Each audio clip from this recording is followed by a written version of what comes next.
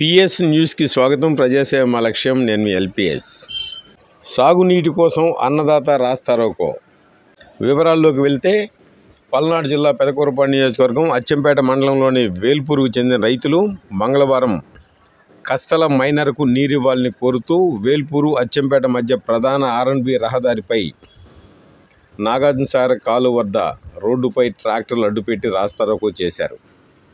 సంబంధిత అధికారులు వచ్చి నీరిస్తామంటూ హామీనిచ్చిన మీదట రాస్తారోకో విరమింపజేస్తామని రైతులు పేర్కొన్నారు. సుమారు గంట సేపు రాస్తారోకో కొనసాగడంతో ట్రాఫిక్ పూర్తిగా స్తంభించింది. విషయాన్ని తెలుసుకున్న స్థానిక శాసనసభ్యులు భాష్యం ప్రవీణ్ సంబంధిత శాఖాధికారులతో మాట్లాడి నీరు విడుదల చేస్తామని తీసుకున్న హామీ మీదట రాస్తారోకో చేస్తున్న రైతులకు ఫోన్ ద్వారా తెలియజేసిన పిదప రైతులు రాస్తారోకోను విరమింపజేశారు.